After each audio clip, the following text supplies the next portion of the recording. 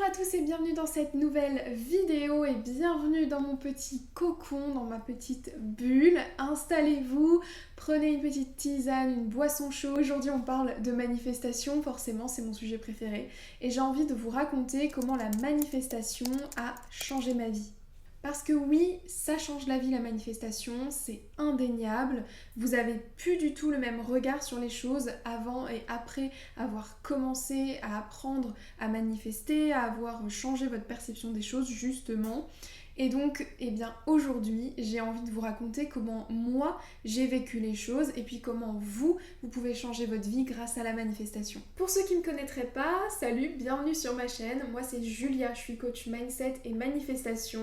Et donc, j'accompagne les grands ambitieux, les grands rêveurs à manifester leurs projets les plus fous et à passer de la fréquence du manque à la fréquence de l'abondance. Tout ça grâce à la guérison de leur enfant intérieur, aux techniques de manifestation et à la reprogrammation de leur subconscient, au changement de leurs pensées, etc.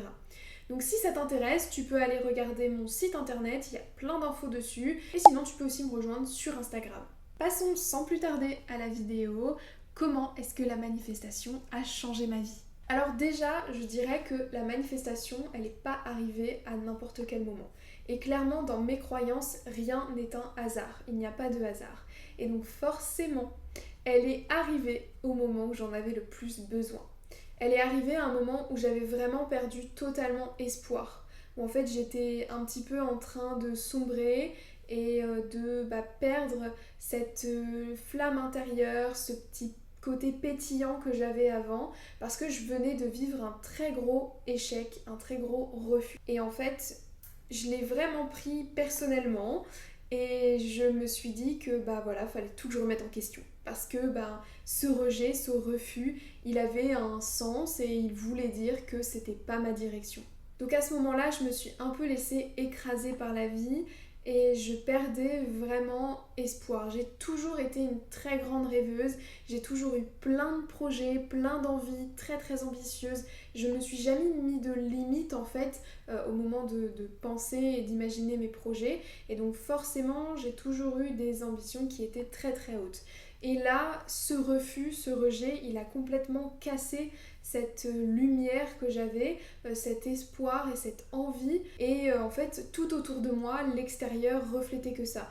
Donc on me disait de revoir mes rêves à la baisse, qu'il allait falloir que je change de projet, que je change de rêve parce que c'était trop ambitieux, parce que c'était inatteignable, c'était impossible. Et en fait, on m'a renvoyé ça mais plein de fois dans la figure.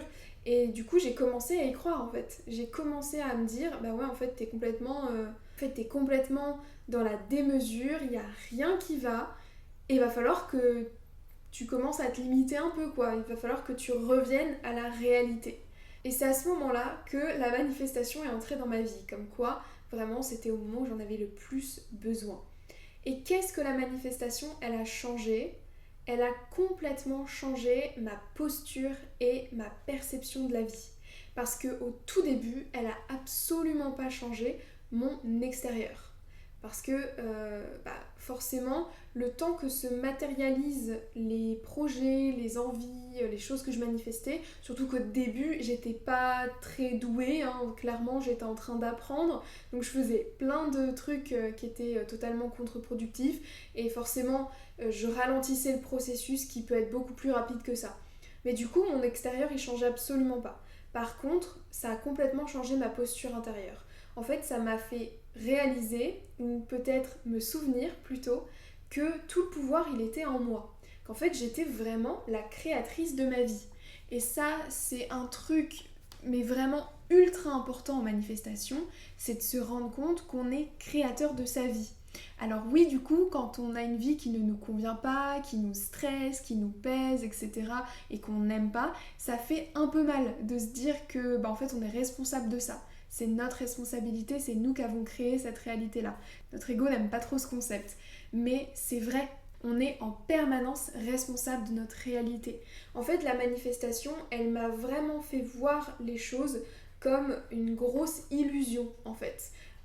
Et vraiment, j'ai réalisé, ok, l'extérieur, c'est qu'un reflet de ce que je pense et de ce que je projette.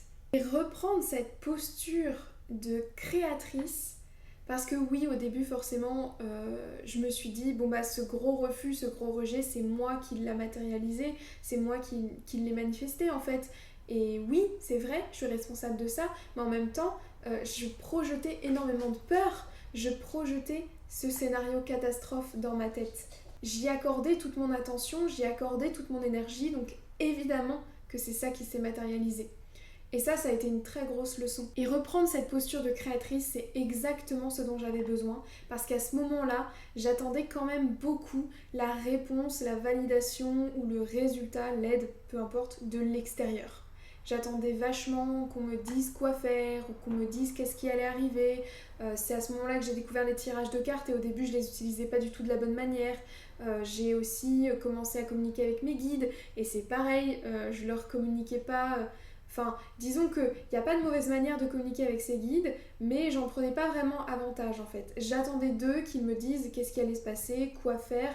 Je leur donnais mon pouvoir créateur sur ma vie. Et ça, c'est clairement quelque chose que je ne fais plus du tout aujourd'hui. Et j'attendais toujours en fait que l'extérieur vienne valider ce que je veux ou alors me dire concrètement quoi faire. Donc la manifestation, elle a remis les choses en place. Elle a remis les choses en place parce qu'elle m'a dit non, non, c'est toi qui décides, c'est toi qui crée ta vie, c'est toi qui as le pouvoir sur ta vie. Tu ne redonnes pas ton pouvoir à l'extérieur. Donc à ce moment-là, quand je comprends que effectivement je suis créatrice de ma vie, c'est moi qui la décide, c'est moi qui la choisis et c'est moi qui la crée, j'ai commencé à recroire en mes rêves.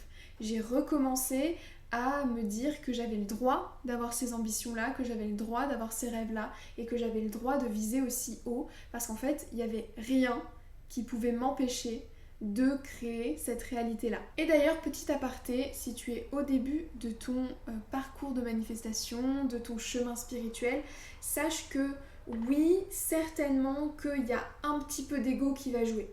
Il y a certainement un peu d'ego qui va se mêler à tout ça parce que ça lui fait plaisir de se dire j'ai le droit d'aller plus haut, j'ai le droit d'aller plus loin, c'est moi qui décide, c'est moi qui choisis si je vais aussi haut ou pas, il n'y a rien qui peut m'arrêter. Il y a ce côté un petit peu égo qui ressort, mais personnellement je l'avais aussi, mais j'ai envie de te dire c'est pas grave, ça va petit à petit se déconstruire. C'est forcément quelque chose que tu vas devoir déconstruire au bout d'un moment parce que sinon tu vas forcément pas avoir de résultat.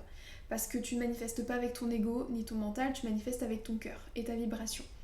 Mais par contre, ça peut t'aider à prendre quelques actions qui peuvent être un petit peu délicates, à sortir de ta zone de confort. Ça peut t'aider à te mettre en mouvement et c'est le mental et l'ego qui va vraiment te permettre de le faire au tout début quand t'as peut-être pas encore confiance en toi, quand t'as encore des peurs, des doutes, etc. Et personnellement, je trouve que c'est pas dérangeant de se dire qu'on passe par cette case-là.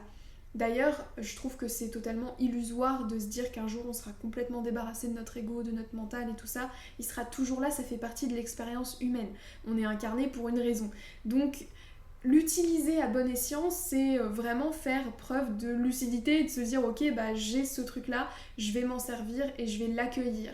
Plus tu vas l'accueillir comme étant une partie de toi, plus il va être en fait dans ton sens, plus il va, ou plutôt moins il va te poser de soucis. Donc même si c'était un petit peu égotique au départ, c'est pas grave, j'ai ce moment où je recommence à croire en moi. Donc mes pensées changent et surtout ma posture change. Puisque mes pensées changent, ma réalité change forcément, mais c'était encore pas à son plein potentiel, donc c'était assez subtil comme changement, mais c'était quand même assez notable pour que je passe à l'action, que je me lance, etc.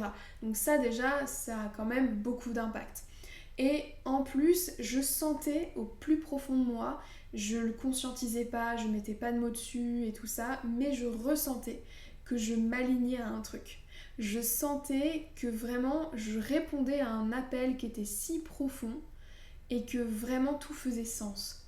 En fait, c'est comme la notion de purpose en anglais, comme un destin, enfin voilà, un sens, une mission, peu importe, mais j'aime pas trop ces mots en français, ça me correspond pas. Donc vraiment, je sentais que je répondais à ce purpose-là.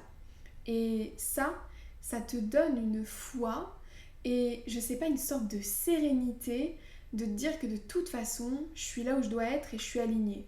Et en fait, ça permet déjà d'avoir confiance en ce qui va se passer, et ça c'est super important en manifestation, et surtout de redescendre de la cogitation de notre mental qui en fait cherche une logique, cherche une manière raisonnable de penser, qui aussi se base sur les expériences passées et qui du coup peuvent n'avoir aucun rapport avec tout ce qui se passe, parce qu'à ce moment-là, moi je change complètement de carrière, je change de voie professionnelle, je change d'endroit de vie, je change tout.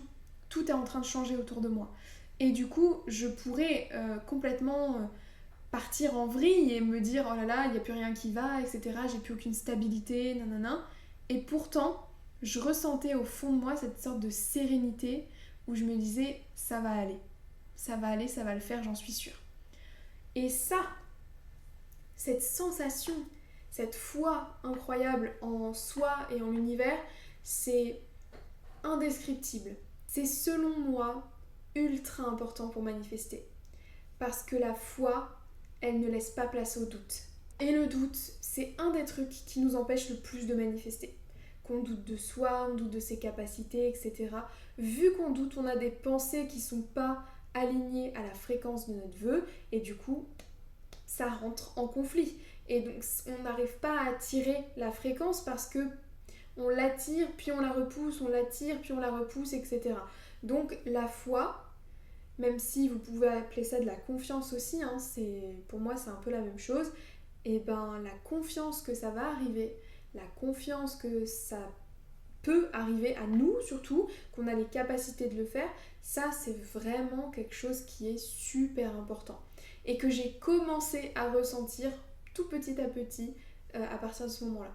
Et le changement le plus fou, ça a été de changer toute ma perception sur la vie et sur mon environnement et sur l'univers de manière générale.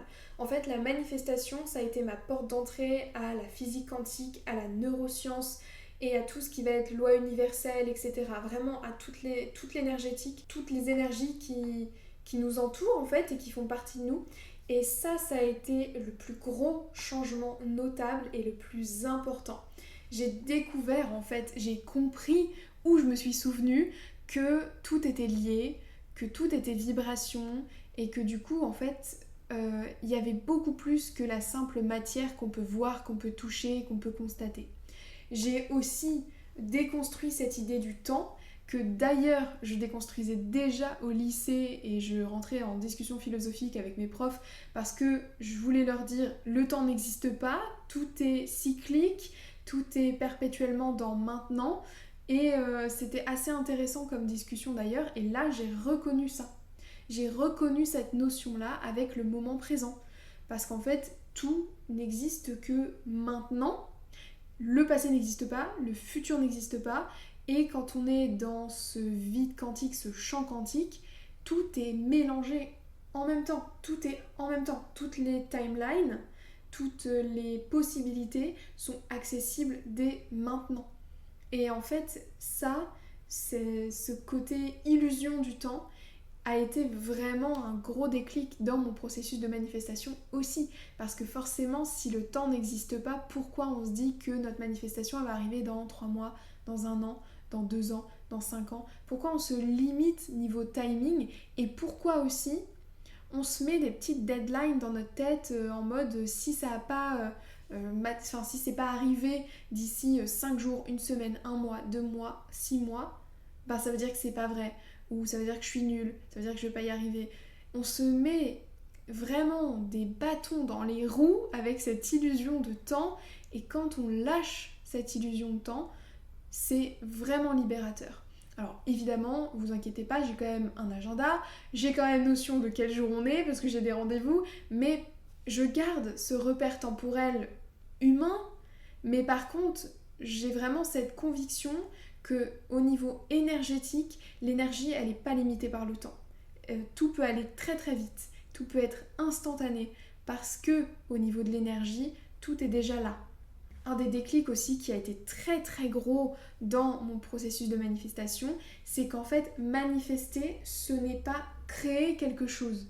Ce n'est pas créer sa vie de rêve, ce n'est pas, créer sa maison de rêve, son partenaire, ce n'est pas attirer à soi son partenaire, sa maison de rêve, etc. c'est des mots qu'on utilise parce que c'est plus facile à comprendre pour le cerveau et tout ça, mais réellement c'est pas ça. En fait, la manifestation, c'est un processus qui nous permet de nous souvenir qu'on a déjà tout ce qu'on demande. La manifestation, ce n'est pas attirer à soi sa maison de rêve et la créer, c'est se souvenir qu'elle est déjà là, qu'elle n'est juste pas visible pour nos yeux encore, parce qu'on n'est pas encore aligné à sa fréquence énergétiquement. En fait, la manifestation, c'est un processus qui rend visible ce qui est invisible pour l'instant. Parce que ce n'est pas créer, attirer sa maison de toutes pièces et tout ça et l'attirer à soi, c'est simplement se souvenir qu'elle est déjà là, qu'elle n'est simplement pas encore visible parce qu'on n'est pas sur la même fréquence énergétique. Et c'est avoir la foi, du coup, qu'elle est déjà là, même si on ne peut pas la constater ou la toucher, etc. dans la matière, mais que à l'instant où on va matcher son énergie, sa fréquence, sa vibration ou sa timeline, on va la constater dans la matière. Donc c'est simplement rendre visible ce qui est déjà présent, mais qu'on ne peut pas encore constater. Et ça m'a vraiment bluffée quand j'ai réalisé ça, parce que j'ai compris du coup d'où venait cette énergie de chasse à la manifestation, de course, où on a l'impression de courir après le temps, après nos envies, après nos objectifs, qu'on perd du temps, qu'on est en retard. Tout ça, toute cette énergie-là, cette perception des choses, elle est illusoire parce que déjà elle s'appuie sur du temporel et en plus ça veut dire que derrière il y a cette notion de ce que je veux n'est pas encore là. Parce que si ce que je veux était déjà là, et bien du coup je courrais pas après, je me concentrerais juste sur mettre les bonnes lunettes pour l'avoir. Donc quand je vous dis que la manifestation, elle m'a complètement permis de changer de perception sur la vie, c'est peu dire. Parce qu'elle m'a complètement fait changer ma posture par rapport à l'extérieur. Parce qu'avant, je pensais que l'extérieur était une réalité. Maintenant, je constate que l'extérieur, c'est simplement le reflet de mon intérieur, de ma fréquence et de mes pensées. Et que les pensées, elles sont créatrices. Et ça, je m'en suis rendu compte quand je me suis fait coacher moi-même en mindset. Parce que j'avais pas du tout conscience du pouvoir de nos pensées et de l'impact qu'elles ont sur nos résultats et sur notre vie et sur notre environnement. Hier encore, j'ai vu sur Google une image d'un jet des chênes, donc c'est un petit oiseau, voilà. Et ce matin, je regarde par ma fenêtre, je regarde les arbres en face de la maison et je vois un jet des chênes. Il n'y en a jamais eu dans mon arbre en face de chez moi. Et s'il y en a eu, je ne l'avais pas vu, je ne l'avais pas remarqué. Là, j'ai pensé à un jet des chênes hier parce que j'ai lu je sais pas, le titre d'un article avec une image, quelque chose comme ça. Et du coup, j'ai posé mon intention sur ce jet des chênes et je me suis rappelé, ah c'est vrai que j'adore ces oiseaux, je les trouve trop beaux, etc. Et là, dans ma réalité, se manifeste un jet des chênes. Vous voyez, c'est le même principe pour tout. Tout. Dès qu'on pose notre intention, notre attention sur quelque chose, ce quelque chose grandit, arrive, enfin voilà, ce quelque chose se matérialise. Donc plus on va porter notre attention, et notre attention c'est nos pensées, plus on va penser à quelque chose, plus on va croire en quelque chose, plus ça va être la réalité. Et c'est pour ça que mon gros refus, mon gros stop que j'ai eu qui a déclenché mon éveil à la manifestation a été complètement créé par moi. Parce que j'avais en boucle dans ma tête le scénario catastrophe, mes peurs, mes doutes, toutes ces incertitudes, ces pensées négatives qui ne me faisaient pas voir dans ma tête la meilleure solution ou la meilleure fin ou conclusion à cette histoire. Ça me faisait voir que ce dont j'avais peur, c'est-à-dire le refus et le rejet que j'ai vécu. C'était une preuve supplémentaire que je créais complètement ma réalité et que j'en suis maître. Et après, j'en suis arrivée à une autre réalisation et ça s'étale sur plusieurs années, hein, tout ce que je vous raconte, c'est condensé, mais ça prend du temps à intégrer tout ça et à vraiment le vivre et à vraiment l'incarner. Mais après, j'ai du coup, par conséquent, arrêté de subir ma réalité. Je l'ai vue comme une expérience, comme un jeu. comme un truc en fait où il n'y avait plus trop d'enjeux. Parce que quand on écoute les conversations et tout ça qui peuvent nous entourer, on se rend compte de le côté un peu victime de la vie. Et ça aussi, ça peut un peu piquer certains parce que y a énormément de gens qui, au moins à un moment de sa vie, se victimisent et se dit victime de sa vie. L'extérieur est contre moi, le monde est contre moi, mon corps est contre moi, les autres sont contre moi, mon patron est contre moi, etc.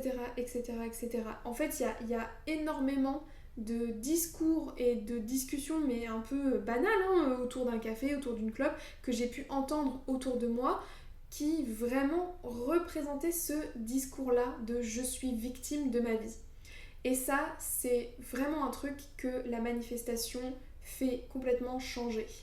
Et quand je dis la manifestation me fait changer, c'est votre investissement dans le processus de manifestation qui va le faire changer. Vous voyez, c'est pas l'extérieur qui va changer comme ça, comme par magie, c'est un effort personnel à mettre en place pour sortir de ce mindset-là, de ce mindset de victime, on appelle ça. Et donc là, j'ai vraiment réalisé, ok, mais en fait, moi, j'ai pas envie de subir ma vie. C'est pas ma vie qui me dirige, c'est moi qui dirige ma vie. Donc j'ai plus envie de la voir comme une fatalité ou comme quelque chose qui me pèse. J'ai envie de le voir comme un terrain de jeu, comme un endroit où je peux expérimenter plein de trucs sans enjeu. Et ça venait avec la réalisation que les choses étaient neutres et que les trucs qu'il y avait à l'extérieur n'étaient pas concrètement négatifs ou positifs. C'est pour ça qu'on dit qu'il n'y a pas de mauvais choix, parce qu'en fait on choisit juste une expérience différente et c'est nous qui posons ce constat négatif ou positif sur les choses à l'extérieur. C'est nous qui décidons si ça fait de nous une personne plus mature, si ça fait de nous une personne plus courageuse, si ça fait de nous une personne horrible, si ça fait de nous une personne égoïste, etc. etc., etc. C'est nous qui posons cette image de nous sur les choix qu'on fait. Alors qu'en fait, tout est neutre et que rien n'a d'impact sur qui on est. Dans le sens où ça n'impacte pas notre valeur, notre âme, etc. Évidemment, il y a des choix qui vont nous faire changer, qui vont nous faire évoluer, mais ça, c'est autre chose. Et donc à ce moment-là, je vois la vie comme un jeu. Un truc avec lequel je peux vraiment m'amuser et rendre en fait mon expérience humaine la plus agréable possible. Et forcément ça vient avec des challenges parce que on a été élevé dans un mindset qui est plutôt victime, un mindset qui est aussi beaucoup plus soumis à l'extérieur, où comme je le disais au début, on revient à la réalité des choses, où voilà en fait on est tous dans le même moule et on nous a appris à vouloir nous intégrer. Et donc quand nos proches, quand les gens à qui on tient ont ce genre de discours ou nous poussent à revenir dans ce moule de victime de la société, victime de l'extérieur et tout ça, c'est pas évident d'avoir le courage de rester hors de ça. Parce que c'est un tiraillement entre sentir son alignement, aller vers son alignement, s'écouter et vouloir être intégré, vouloir être aimé par nos proches, se sentir toujours en fait en lien. Les deux choses sont vitales. C'est vital pour nous d'être en lien et d'être intégré à une communauté, d'être dans un groupe, etc.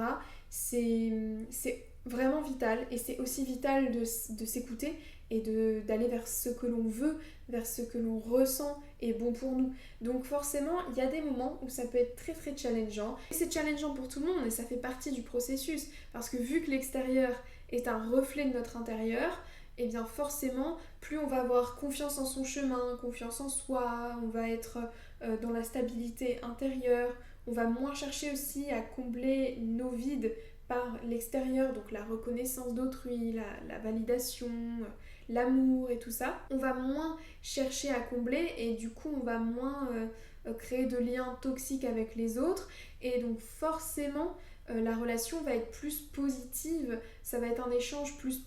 Et donc si on est dans cette dynamique-là, notre reflet, donc l'extérieur, va être moins tiraillant, moins challengeant également parce qu'on va avoir plus de confiance et donc en fait les autres ils vont plus remettre en question ce qu'on fait ou ce qu'on fait pas. C'est vraiment aussi une partie du processus et une partie de l'apprentissage et je pense que, de mon point de vue, les relations c'est là où il y a le plus de miroirs, là où il y a le plus de reflet de notre propre intérieur et de notre cheminement. Et du coup, c'est ce qui fait que les relations sont souvent le truc le plus complexe et qui vient vraiment nous challenger profondément, mais en même temps c'est des zones d'évolution qui sont incroyables forcément. Avant de vous quitter, je vous fais un petit rappel que les coffrets astro sont disponibles et vous pouvez en commander dès maintenant pour les mettre sous votre sapin. Sachez que les stocks sont limités et qu'au niveau des temps de livraison, etc., il va pas falloir s'y prendre au dernier moment.